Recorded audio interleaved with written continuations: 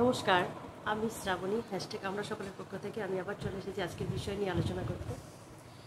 অবশ্যই তোমরা সবাই ভালো আছো, আমি আজকে একটু ভালো আছি, আগের থেকে ভালো আছি।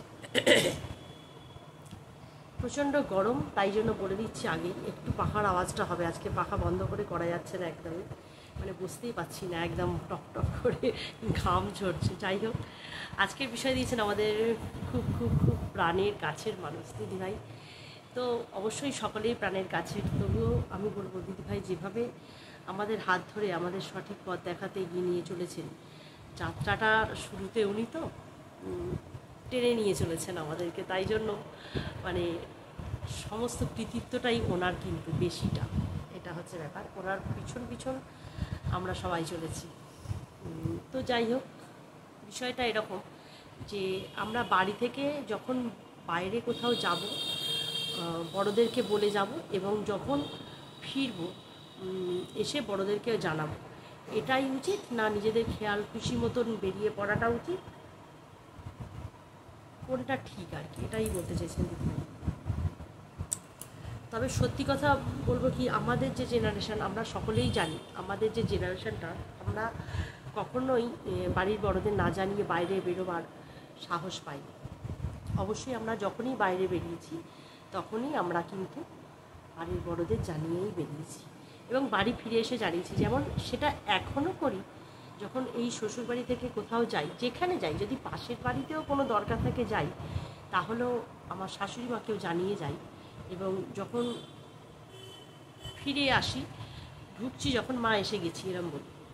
বাপের বাড়ি গেলে এখান থেকে তো আগে থাকতে মাকে জানাবো যে মা আমি যাচ্ছি, এখানকার মাকেও দুদিন আগে থাকতে বলবো যে মা আমি যাব। আবার যখন ফিরে আসবো ঢুকেই মা এসে গেছি, মায়ের সাথে দেখা করব, আবার সঙ্গে সঙ্গে ফোন করে আমার নিজের মাকেও জানিয়ে দেবো যে মা বাড়ি পৌঁছে গেছি। এগুলো না, এগুলো কোনো নীতি বা নিয়ম এখনকার জেনারেশান বেশিরভাগই, সবাই না কিন্তু বেশিরভাগই মনে করে এটা কোনো ব্যাপার না, জানা আবার কি আছে, এই যে এখানে যাচ্ছি। কিন্তু না, সকলকে অনুরোধ করব, আমি আমার সন্তান সমান যারা আছো বা তার থেকেও যদি বড় বা ছোট কেউ থেকে থাকো, তারা যদি এটা ভেবে থাকো যে এটা তো কিছুই ব্যাপার না, বাড়ির কাছেই যাচ্ছে, আমার বলার কি আছে, কিন্তু এটা ঠিক নয়। একটু যদি জানিয়ে যাও, বাড়ির লোকের মানে কি, বাড়ির লোক কোনো টেনশন ফ্রি থাকবে, মানে কোনো চিন্তা করবে না তোমাদের নিয়ে যে তোমরা এখানে গেছো। আর না যদি জানিয়ে যাও, হয়তো এমন একটা জায়গায় গেছো, হয়তো তুমি জানিয়ে যাও, সেখানে গিয়ে তুমি কিছু একটা বিপদে পড়বে, তোমার বাড়ির লোক তো জানতেই পারবে না, যতই ফোন থাকুক না কেন। কোনো মুহূর্তে যদি ফোনটা সুইচ অফ হয়ে গেল, তখন তোমার বাড়ির লোক জানতেই পারবে না যে তুমি কোথায় গেছো। আতান্তর চিন্তায় পড়বে তারা, নানান রকম মানে এখন তো জানছোই যে চিন্তা থেকেই সমস্ত রোগের উৎস। এমন একটা টেনশানে তারা পড়ে যাবে। আমি আমার ছেলেদের সবসময় কাছে কাছে পড়ার জায়গায় সবসময় কাছে কাছে খুঁজেছি, কেন না আমি সবসময় বাড়ির বাইরে যেতে পারবো না বলে, যে কোথায় খবর নেব, কোথাও যদি ওখান থেকে চলে যায় তাহলে তো বুঝতেই পারবো না যে কোথায় গেছে। তার থেকে আমি বরঞ্চ ওদের কাছে কাছে পড়তে দিই। এবার কাছে পড়তে যাবো, আমার যখন ছেলে উচ্চ মাধ্যমিক দেবে, আমি বলতাম যেখানেই যাও আমাকে জানিয়ে যাবে, আমি বারণ করবো না তুমি কোথায় যাচ্ছ না যাচ্ছ, কিন্তু তুমি যদি জানিয়ে যাও তাহলে আমি নিশ্চিন্ত থাকবো যে না আমার ছেলে গেছে ওখানে। কেউ এসে বললো এই তোমার ছেলে না ওখানে আড্ডা মারছে, আমি বলতে পারবো যে আমি জানি। আড্ডা মারাটা কোনো খারাপ না, হয়তো তুমি পড়ার থেকে বেরিয়ে একটু দাঁড়িয়ে গল্প করছো বন্ধুদের সাথে, করতেই পারো, কোনো অসুবিধা নেই, সেটুকুনি সকলে করে। কিন্তু আমি যদি জানি যে ঠিক আছে তুমি পড়ার বাইরে অমুক জায়গাটায় গিয়ে বসেছো গল্প করছো, তাহলে আমার কোনো কিন্তু চিন্তা হবে না। এই হচ্ছে ব্যাপার। তো আমার বড় ছেলে সেটা সবসময় শুনতো। ও পড়ার ওখান থেকে মানে গঙ্গার ঘাট আমাদের একদম সামনে, আমি বারবারই বলি, ও গঙ্গার ঘাটে গিয়ে বসবে, ও বাড়িতে ব্যাগটা রাখতো, রেখে আমায় বলতো, পড়াটা যেহেতু শেষ হয়ে গেছে আমি যাতে চিন্তা না করি, বাড়িতে আসতো, এসে ব্যাগটা রেখে বলতো মা আমি ঘাটে গিয়ে বসতে যাচ্ছি। ঠিক আছে। এবার অন্যরা বলতো তোদের এত বাড়ির কাছে ঘাট আবার বলতে যাস কেন বাড়িতে?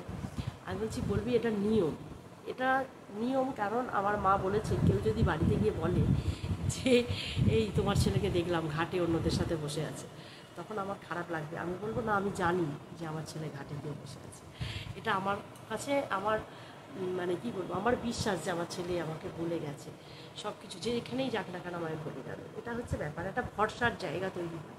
এই সামান্য ছোট্ট একটা কথা যে আসছি অমুক জায়গায় যাচ্ছি, একটা ছোট্ট কথা বলতে কিছু মিনিট লাগবে, হয়তো 1 থেকে 2 মিনিট লাগবে একটা মানুষের সাথে এইটুকু কথা বলতে,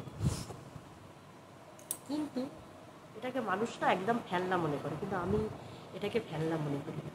কোনো কোনো দিন আজ অবধি, এতটা বয়স পর্যন্ত যবে থেকে জ্ঞান হয়েছে আমার, আর আজ অবধি কোনো দিন আমি বাড়ির বাইরে এক পাও রাখিনি। আমার বাড়ি, আমার শাশুড়ি মাকে এখানে আছি যখন, আমার শাশুড়ি মাকে না বলে, বাড়িতে যতদিন ছিলাম আমার মাকে না বলে কোনো দিন আমি বাড়ির বাইরে এক পা রাখিনি। এবার কি বলতেই পারো যে হ্যাঁ তোমার মতো কি সবাই হবে না আমার মতো সবাই, কিন্তু এটা যদি তোমরা করে থাকো, যে সকলকে তোমরা বলছো, বাড়িতে বড়দের বলে যাচ্ছ, যে বাড়ির বড় আছে তাকে জানিয়ে যাচ্ছ, এতে তো তোমাদের ক্ষতি কিছু হবে না। যদিই বা জানিয়ে যাও, কিচ্ছু ক্ষতি হবে না। এবার হ্যাঁ, আমি যাচ্ছি, আমার সেখানে হয়তো খুব দরকার, তবুও আমাকে আটকে দেবে, এটা জেনে আমি হয়তো না বলে দিলাম। দুটো একটা ব্যতিক্রম ব্যাপার স্যাপার ছাড়া কোথায় যাচ্ছি অত বৃত্তান্ত বলতে হবে না, আমি যাচ্ছি, ব্যাস মিটে গেল ঝামেলা। বাড়ির লোক জানলো যে হ্যাঁ তুমি বেরিয়েছো বাড়ি থেকে। আমার মা ওই জন্য বলতো, আমার পরের বোনেদের বলতো, তোর দিদি যাবে, যদি বারণও করতাম যে যাস না, ও কিন্তু জানতো যে বারণ করবে আমাকে, তবুও ও বলতো যে আমি অমুক জায়গায় যাব। আমি হয়তো জানতাম যে আমায় বারণ করে যেতে দেবে না, হয়তো কোনো দিনও না রাত্রে কোথাও ফাংশন শুনতে যেতে দিত না, বাড়ির কাছে, একদম কাছে, মানে কোনো আর্টিস্ট আসবে এরকম হয় না, যে কোনো ভালো আর্টিস্ট আসছে হয়তো, একটু তো একবার ইচ্ছা হতো, আমার বাবা পছন্দই করতো না যে রাত্রিবেলায় ফাংশন দেখতে যাবো। পিছনে গিয়ে যদি তো বন্ধুদের সাথে গিয়ে হয়তো চেয়ারে বসে আছে একদম বাড়ির কাছে, আমার বাবা পিছনে গিয়ে দাঁড়িয়ে থাকতো, মানে বেশি রাত্রি হতে দেবে না, খুব জোর 10টা কি 10টা থেকে খুব জোর 11টা, এবার বেশি রাত্রে তো ভালো ভালো আর্টিস্ট উঠবে, একটু থাকতে দেবে, ও অসম্ভব, পিছনে গিয়ে দাঁড়িয়ে আছে মানে এবার তুমি উঠে চলে এসো, মানে আর বসে থাকলে হবে না। এর উপরে আমাদের কোনো কথা বলার আইনই ছিল না যে না আরেকটু দেখি, আরেকটু বসি, এরপরে ভালো আর্টিস্ট যে আসবে সে তো এরপরে উঠবে, অসম্ভব, সেইটা হবেই না। মানে এই যে এই উঠে এরম ডাকবেও না, চুপ করে গিয়ে পিছনে দাঁড়িয়ে থাকবে, মানে কতক্ষণ উঠবো তবে সরবে, মানে আমাদের নিয়ে পুরো বাড়িতে ঢুকবে আর কি, এইরকম। তো সেই জন্য তবুও বলতাম না বলে, কোনো দিনও বেরোই, যেহেতু রাত্রের ব্যাপার, কোনো দিনও বলিনি যে না এরকম যাচ্ছি, না বলে না, যেখানে গেছি বলে গেছি। সবসময় এটা আমি মনে করি এটা প্রয়োজন, বাড়ির গুরুজনদের জানানোর প্রয়োজন। আমি এরকম অনেক, আমার হাজব্যান্ডের একজন অফিস কলিগ, আমি বলছি এরকম বিপদে মেয়েটা পড়েছে, আমার হাজব্যান্ডের অফিস কলিগ, ওনার মেয়ে, একটাই মেয়ে। আমি বেড়াতে গিয়েছিলাম দক্ষিণ ভারত, আমরা একসঙ্গে, তখন ওই ভদ্রমহিলা আমাকে গল্প করেছে, মেয়েটার এত বড় বিপদ হয়েছে। অনেক মানুষের তো অনেক রকম সমস্যা হয়, এগুলো দেখে দেখে বারবারই বলি, আমি আমার অভিজ্ঞতা শেয়ার করি। ভদ্রমহিলা এত মানে দুঃখ করছে, তার একটাই মেয়ে, মেয়েটা মানে হয়তো বুঝতে পারে না, তো ছোটো বয়সে বোঝা যায় না যে কে ভালো কে মন্দ। ভালোবাসা এমনই একটা জিনিস, সেই বলে না কি কি একটা, আমার মা ঠাম্মি বলতো, ভালোবাসা এমন হবে আর কি, মানে কিবা হাঁড়ি কিবা ডোম, এরকম একটা ছড়া আছে। ও যার সাথে যার মজে মন, কিবা হাঁড়ি কিবা ডোম, মানে কার কাকে ভালোবাসবো তখন আর ডোম বা হাঁড়ি কোনো জাতপাত বিচার হয় না। তো ছোটোবেলার বয়সটা এরকমই থাকে যে তখন কিন্তু বিচার বিবেচনা করা যায় না যে এই মানুষটা কেমন, মানে ভালো লেগেছে ব্যাস ভালোবাসা হয়ে গেল।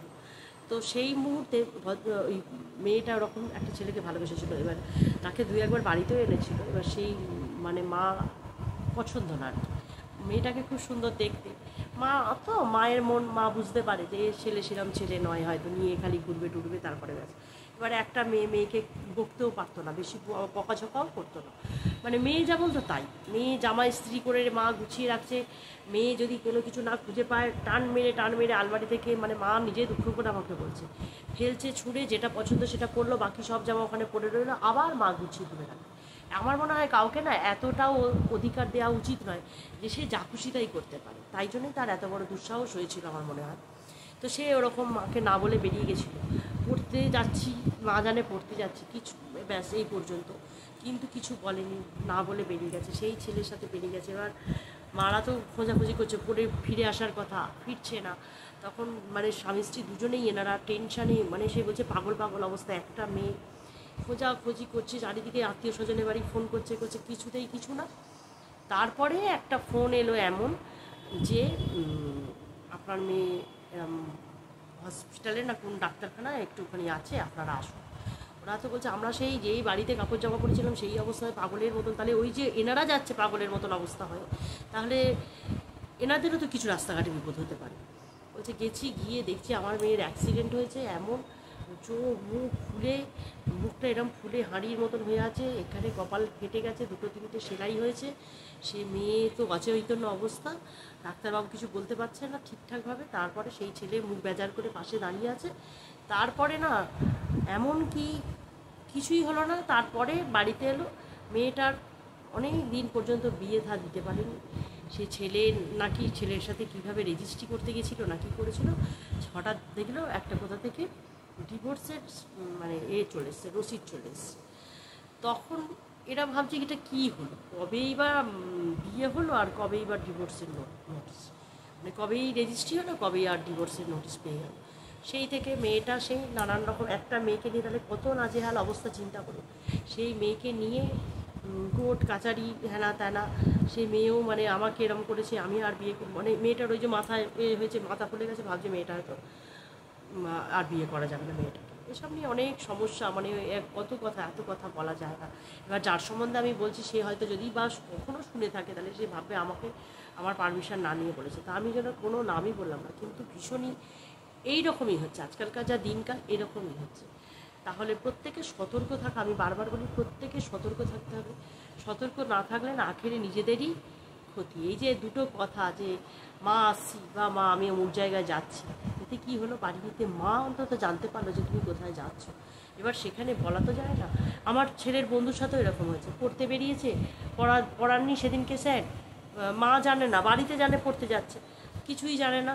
এইবারে তারা নাকি বাইক নিয়ে বেরিয়েছে ঘুরতে, একজনের বাইকে 3জন মিলে চেপে ঘুরছে। ঘোরার পরে তাদের এমন অ্যাক্সিডেন্ট হয়েছে, সেই একটা ছেলে পুরো 1 বছর নষ্ট, ছেলেটা কতদিন হসপিটালে ভর্তি রইলো এ হলো। তারপরে আমার বড় ছেলে আঁকতে যাচ্ছে, ওকে ফোন করেছে, ও ঠাকুমার কাছ থেকে টাকা আছে, ঠাকুমাকে তবু জানিয়ে গেছে। এই যে আমি বলছি আমার ছেলে কোথায় গেল, আঁকতে যাবে, ভাই দাঁড়িয়ে আছে। তখন মা বলছে আমার থেকে দেখ টাকা নিয়ে বলছে কি আমি আসছি, আমার বন্ধুর অ্যাক্সিডেন্ট হয়েছে। এবার আমি তো অপ্রস্তুতে পড়ে গেছি, অ্যাক্সিডেন্ট হয়েছে। তারপরে দেখছি মানে মাথায় তুলো, তখন আমি বলছি তোর কী হয়েছে, বলছে আমার কিছু হয়নি মা, শুধু তো অ্যাক্সিডেন্ট হয়েছে। ও সেই একটু চেহারা ভালো তো আমার ছেলে, মানে ওকে চাগিয়ে করে সেই মানে হাঁটু পুরো ফ্র্যাকচার, হ্যাঁ এরমভাবে নিয়ে গেছে। তাহলে আমার কি মনে হয়, বাড়িতে আমরা যদি না জানাই তাহলে কি মারাত্মক ক্ষতিটা। তারপরে আমার ছেলে যাওয়ার পরে ও ফোন করেছে, ওর ফোন থেকে আবার ওর বাড়িতে ফোন করেছে যে এরকম আসুন না, এরকম ব্যাপার। কত রকম অসুবিধায় মানুষকে পড়তে হয়, কত বিপদ হতে হয়। তার থেকে যদি জানা থাকে যে অমুক জায়গায় গেছে, বিপদ তো আসতেই পারে, যখন তখন হতে পারে, কিন্তু কি বাড়ির লোক যদি জানে, ওরম বাড়ির লোকের ওরম পাগল অবস্থা হয় না যে এই যে যাচ্ছি এক জায়গায় বলে আরেক জায়গায় আমি চলে গেলাম, দিয়ে সেখানে একটা বিপদ ঘটলো, এদিকে বাড়ির লোক কিছু জানে না। বাড়ির লোক যে কত চিন্তা করতে পারে, তাদের যে কতটা ক্ষতি হতে পারে, এই চিন্তার পরেই একটা মানুষের না ফট করে একটা রোগ এসে যায়। হ্যাঁ, অনেকে তো সহ্যই করতে পারবে না, হার্টের সমস্যা হয়ে যাবে যাদের। আমার তো হার্টের সমস্যা, আমি বোধহয় এরকম শুনলে হার্ট ফেলই করে যাবো, এরকম একটা ব্যাপার। কাজেই এইটুকু কথা বলে যেতে কোনো অসুবিধা নেই। আমার মনে করি প্রত্যেকের উচিত, তুমি যতই বয়স হোক না কেন, তোমার থেকে তোমার বাড়ির ছোটোটাকে, আমি তো আমার ছেলেদেরও, মা যদি না থাকেন আমি আমার ছেলেদের এই অমুক জায়গায় যাচ্ছি, বা আমি এটা কিনতে যাচ্ছি, বা আমি একটু বেরোচ্ছি, বা আমি একটু গঙ্গার ঘাটে যাচ্ছি একটু জল আনতে, আমি এইটুকুনি হলেও আমার বাড়ি থেকে, আমি দোকানে যাচ্ছি, আমার বাড়ি থেকে 10 পা হাঁটলে আমার দোকান, 10 পা হাঁটলে, কিন্তু আমি তবুও সেটা বাড়িতে আমি জানছি যে হ্যাঁ মা দোকানে গেল। এটা হচ্ছে না, এটাই উচিত আমার মনে হয়। এর থেকে বাইরে বেরিয়ে না কিছু করা যায় না। তো আজকে এ পর্যন্তই রইল, চললাম। সকলে ভালো থেকো, সুস্থ থেকো, হাসি খুশি থেকো, আবার আসবো।